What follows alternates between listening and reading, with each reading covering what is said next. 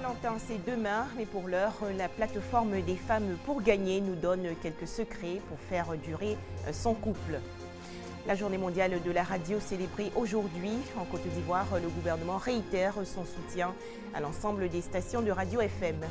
Enfin, deuxième tour de la présidentielle en Centrafrique. Un duel demain, 14 février, entre Anis et Georges Dologuélé et Faustin Archange Touadéra. Madame, Monsieur, bonsoir et bienvenue sur RTI 2. Demain, 14 février, on va fêter l'amour, mais la Saint-Valentin peut être également célébrée par anticipation, comme l'a fait la plateforme des femmes pour gagner. Cette association a organisé aujourd'hui dans la commune de Trècheville une journée d'échange autour du thème « Comment réussir la vie à deux ». La vie en couple pouvant être difficile à certains moments, il s'agit de donner des astuces pour bien la réussir. Réussir la vie à deux. La plateforme des femmes pour gagner en a fait une préoccupation à l'occasion de la célébration de la fête de la Saint-Valentin. Objectif, contribuer à l'harmonie de la vie de couple, mais surtout arriver à concilier réussite professionnelle, vie familiale et épanouissement personnel. Par cette conférence donc, elle offre au couple la clé du succès dans ce domaine. Tenez compte de l'autre, il ne faut pas être égoïste, de manière à ce que l'autre puisse remplir sa vie de manière meilleure. Réussir son couple déjà, c'est être dans une dynamique volontaire de réussite. Réussir son couple, c'est communiquer sur tous les sujets qui sont importants pour qu'on puisse être dans une relation épanouissante. Comment réussir la vie à deux? Intéressés par cette question, organisations et associations de la société civile ont pris part avec grand intérêt aux échanges. Je sais que je suis difficile, mais vraiment avec cette conférence-là, j'ai appris beaucoup de choses. Il est très important de s'offrir un moment à soi. Cela permet d'avoir un équilibre. Parce que notre rôle, c'est être femme. Et quel que soit ce que nous faisons, ce rôle demeure en nous. Et on oublie qu'on peut se détacher et continuer de jouer toujours ces rôles. La plateforme des femmes pour gagner, créée en septembre 2005, promeut l'égalité entre hommes et femmes pour l'équilibre et la réussite familiale. Elle le rappelle à souhait à l'occasion de la célébration 2015 de la fête des amoureux. Un reportage de Koné Pargassoro. À présent, un tout autre sujet relatif à l'amour. L'écrivaine Josette Abondio a dédicacé hier dans la commune de Cocody son œuvre parue aux éditions Les Classiques Ivoiriens. Tant qu'elle aime est un ouvrage de 174 pages. L'auteur relate, entre autres, les sacrifices que l'on fait par amour. Le 14 février, fête de la Saint-Valentin, est la journée de la célébration de l'amour. C'est la période choisie par l'écrivaine Josette Abondio pour sortir son recueil de nouvelles, Tant qu'elle aime. La dédicace de cet ouvrage de 174 pages, paru aux éditions Les Classiques Ivoiriens, a eu lieu à la librairie Carrefour dans la commune de Cocody. Tant qu'elle aime est un condensé de 5 récits qui évoquent la vie de femmes tourmentées, suppliciées et écorchées par l'amour. Il s'agit de son cœur. Une femme est capable de tous les miracles, de tous les exploits possibles et imaginables. Mais tant qu'elle aime, il faut qu'elle soit amoureuse. Et quand l'amour s'en va, alors ça peut être une femme qui devient glauque parce qu'elle est complètement dévastée. Ça peut être une femme révoltée qui devient une diablesse. Ça peut être une femme qui utilise la violence, ça peut arriver. Ça peut être une femme qui est découragée et qui ne croit plus en rien ni à l'amour. Ça peut donner toutes sortes de situations. Ce titre nous a parlé. Quand vous lisez les nouvelles, c'est une œuvre qui peut aider la femme à se battre dans la vie. Parce qu'une femme qui aime, comme elle a dit, est capable de tout accepter. Et quand vous lirez ce recueil de nouvelles, vous comprendrez pourquoi. Féministe, Josette Abondio ausculte l'amour féminin dans ses différentes coutures et configurations. À travers son ouvrage, elle montre tout simplement que la femme est capable de soulever toutes les montagnes tant qu'elle continue d'aimer. Des précisions de Abou Sanogo et Issa Yeo. Autre actualité, aujourd'hui 13 février, c'est la journée mondiale de la radio. Thème retenu, la radio en situation d'urgence et de catastrophe.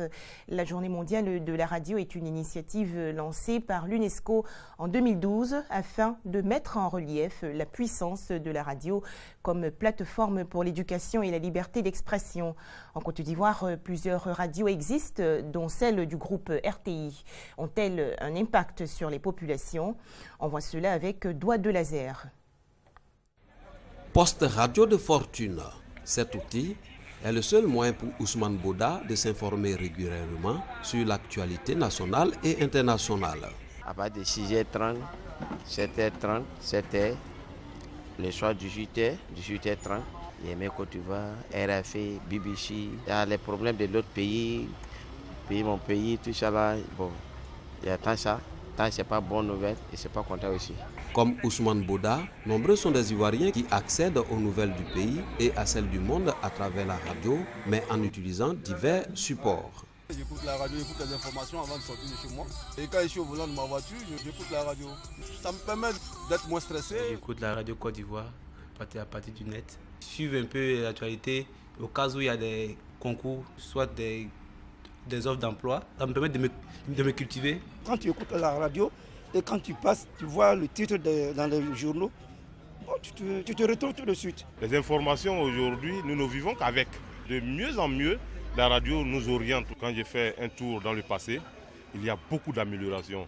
Informer, un devoir régalien pour des radios publiques, mais aussi un engagement pour des radios communautaires. À travers leurs ondes, chacune propose aux auditeurs, entre autres, des émissions de sensibilisation à la paix et à la cohésion sociale et celles de divertissement. Notre programme est tourné vers les aspirations de la jeunesse ivoirienne. Nous leur passons de la musique, nous leur donnons l'occasion de s'exprimer sur des sujets qui les touchent directement. Les animateurs sont appelés à créer chaque jour pour que nos émissions aillent de l'avant. Les messages de développement que nous distillons au sein de la population contribue davantage à maintenir l'équilibre social. Nous fonctionnons sur des moyens propres. Nous devons nous appuyer sur des subventions. Ce n'est pas du tout facile. Selon l'UNESCO, les radios sont des catalyseurs pour le développement et la paix dans le monde. Elles sont donc célébrées le 13 février de chaque année pour leurs impacts sur la vie des populations. Les seniors à l'honneur lors de la célébration officielle de la journée mondiale des personnes du troisième âge dans la région du Ifou. À Daoukro, des actions ont été menées en faveur de leur santé. Une séance gratuite de dépistage et de soins a été organisée. Tôt ce matin, Kwadio Kofi se rend à la préfecture de Daoukro, non pas pour un acte administratif. Je suis arrivé à 6 h du matin. On a diagnostiqué d'abord le diabète, et après la prostate. Comme lui, plus de 1500 personnes de sa génération prit part à la séance de dépistage et de soins gratuits organisée à l'occasion des journées portes ouvertes prévues lors de la 25e édition des personnes du troisième âge. On dit que les vieilles personnes n'ont qu'à venir. Donc, je suis arrivé, on m'a accueilli aussi, mais je continue à observer ce qu'ils vont me faire, tout ça là. Donc, je suis contente. Le diabète, l'hypertension artérielle, la prostate, des maladies récurrentes chez les personnes âgées. Une fois sur les lieux de dépistage, elles sont accueillies par les médecins de la région de l'Ifou, spécialement ceux de l'organisation Diabète-Obésité de Côte d'Ivoire, qui ont accepté volontiers de se prêter au jeu. Nous sommes ici depuis 7 h du matin pour le contrôle du diabète, de l'hypertension artérielle et de la prostate et surtout aussi des conseils nutritionnels pour les personnes âgées au-dessus de 60 ans. Ils sont bien réceptifs. Les taux de glycémie qui dépassent un peu la normale, c'est pour ça qu'on leur donne les conseils hygiéno-diététiques avec surtout la pratique du sport, un bon régime alimentaire, une bonne hygiène de vie. Des précisions de Sidonie Davila. La Colombie, pays le plus touché par le virus Zika, dresse le bilan de l'épidémie. Plus de 31 555 cas, dont 5 013 femmes enceintes, ont été confirmés dans le pays. Les autorités colombiennes prévoient plus de 600 000 personnes infectées par le virus cette année.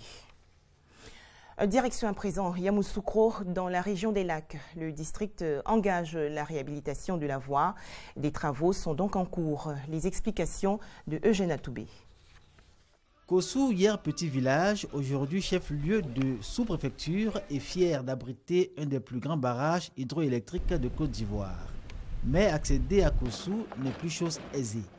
À partir de Tumbokro commence l'épreuve de la route qui chaque jour se dégrade un peu plus.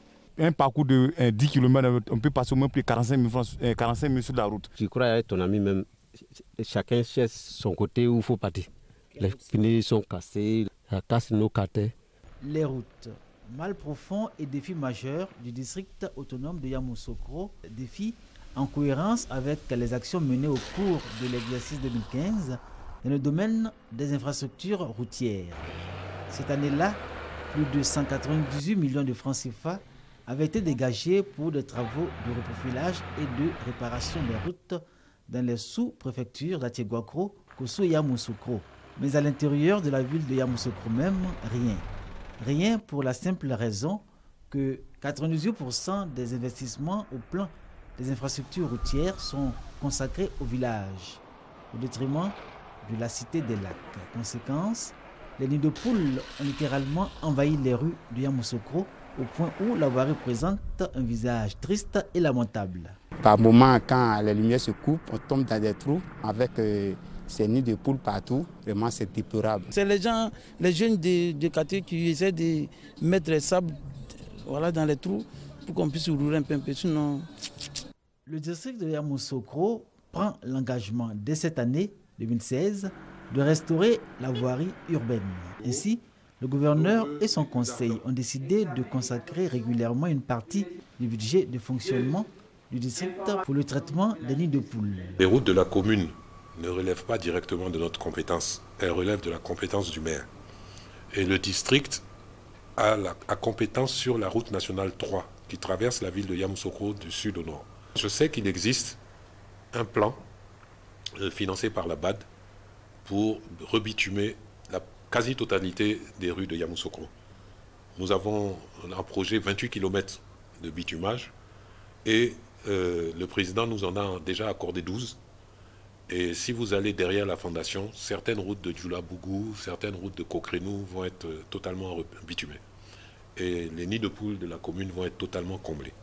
En faisant des routes et voiries son défi majeur, le district autonome de Yamoussoukro, longtemps critiqué pour son inertie, à tort ou à raison, veut établir avec la population un pacte de confiance. Mais il doit faire face à ce qui constitue son handicap, un budget très mince, moins de 7 milliards de francs CFA. 2 soldats tués aujourd'hui dans l'explosion d'une bombe dans l'est de l'Égypte. Ils tentaient de la désamorcer sur une route de la péninsule du Sinaï. Un autre officier a été blessé par l'explosion.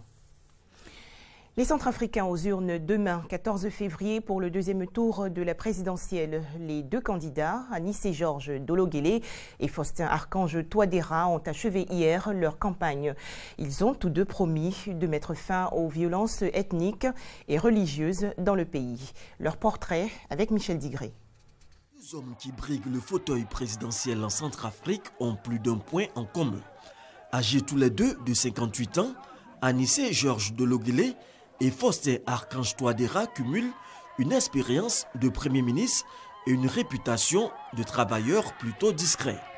Arrivé en tête au premier tour du scrutin avec 23,78% des voix, Dologuélé doit sa réputation à l'image de Monsieur Propre, qu'il s'est forgé par sa gestion rigoureuse des affaires lorsqu'il était Premier ministre d'Ange Félix Patassé.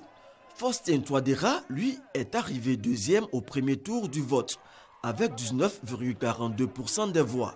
Alors Premier ministre sous François Bozizé, les fonctionnaires lui doivent la bancarisation de leur salaire après plusieurs décennies d'atermoiements les conduisant parfois à s'endetter lourdement à cause des retards répétés dans les versements. Si les 2 candidats ont à cœur de faire redécoller l'économie de leur pays, les Centrafricains, eux, veulent d'abord la restauration de la paix. Ils vont nous réconcilier les Centrafricains qui sont dispersés, qui ont connu beaucoup de problèmes. Si c'est Ndorogele, même si c'est Touadéra, nous les Centrafricains, le peuple centrafricain, on veut seulement la paix. Que la paix revienne en Centrafrique, le problème de l'insécurité, tout ça, là, après élection, on ne veut pas ça. La campagne électorale s'est déroulée sans incident, une première victoire pour le peuple centrafricain. Enfin, l'Haïti veut corriger son vide institutionnel. Les parlementaires élisent donc aujourd'hui en séance un président provisoire. Cette élection va permettre de combler la vacance du pouvoir après le départ sans successeur de Michel Martelly. Voilà, merci à toute l'équipe d'avoir été à nos côtés ce soir. À demain, 19h30.